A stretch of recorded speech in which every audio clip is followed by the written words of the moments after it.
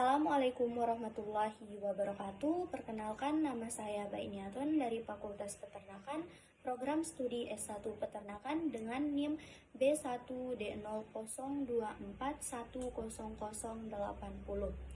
Pada kesempatan kali ini, saya akan menjelaskan sedikit topik trending atau sedikit kasus mengenai Loli dan Nikita Mirzani.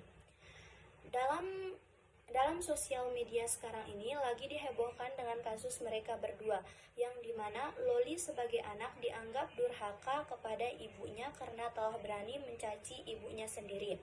Dianalisis dalam ajaran Islam bahwa pencacian atau mencaci ibu sendiri tidak diperbolehkan dan merupakan perbuatan yang durhaka. Di sini kita akan membahas 5, yaitu yang pertama konteks permasalahan, yaitu yang pertama itu studi kasus, yang kedua konteks permasalahan, yang ketiga cara kita menyikapi, dan yang keempat itu mencari solusi atau memberikan solusi kepada kasus tersebut, dan yang kelima itu mengaitkan dengan dalil na'linya.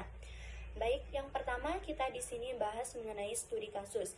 Bahwa studi kasus di sini yaitu permasalahan atau perselisihan yang terjadi antara Loli dan ibunya sendiri. Yang kedua, konteks permasalahan. Konteks permasalahan. Pada masalah ini, Loli sebagai anak dianggap durhaka karena telah berani mencaci ibunya sendiri lewat sosial media.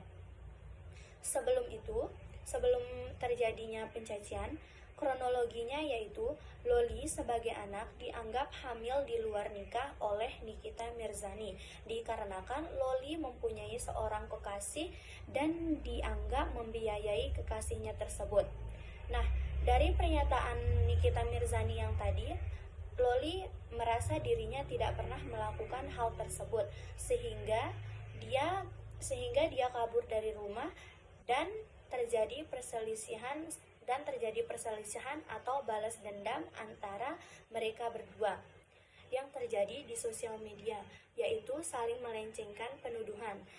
Nikita Mirzani menganggap anaknya hamil di luar nikah dan Loli sebagai anak itu tidak terima, sehingga terjadi permasalahan. Yang ketiga, cara kita menyikapi. Dalam kasus di atas, cara kita menyikapi yaitu dengan tidak ikut campur, dikarenakan masalah ini merupakan masalah individu atau masalah keluarga dan tidak sepatutnya diumbar ke khalayak ramai atau publik. Adapun solusi yang bisa kita ambil dari permasalahan di atas yaitu 1. Menyelesaikannya secara baik-baik. Yang kedua, menggunakan mediasi atau menggunakan orang ketiga. Maksudnya, orang ketiga di sini yaitu sebagai pembawa informasi jika salah satunya tidak mau terbuka satu sama lain. Dan yang ketiga itu melakukan pemeriksaan ke dokter terlebih dahulu.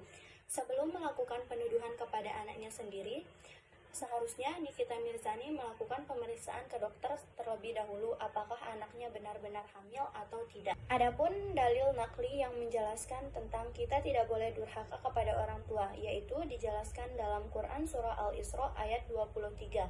Ayat ini menjelaskan bahwa kita tidak boleh mengatakan dan disuruh untuk mengatakan perbuatan yang baik kepada orang tua kita. Mengatakan saja kita tidak diperbolehkan, apalagi kita mencaci ibu kita sendiri. Rasulullah Shallallahu Alaihi Wasallam bersabda, dosa-dosa besar adalah menyekutukan Allah, tidak taat kepada orang tua, membunuh sesama manusia, dan juga sumpah palsu. Baik, kesimpulan dari materi yang tadi yaitu durhaka kepada orang tua merupakan perbuatan yang tidak baik dan tidak disenangi oleh Allah Subhanahu wa Ta'ala. Ridho Allah adalah ridho orang tua. Jadi kita seharusnya patut dan nurut kepada orang tua kita. Apabila kita ada melakukan kesalahan, baik kita membicarakannya terlebih dahulu dengan baik dan tidak koar-koar atau tidak mengungkitnya kepada sosial media. Sekian dari saya. Jikalau ada yang kurang lebihnya mohon dimaafkan. Wassalamualaikum warahmatullahi wabarakatuh.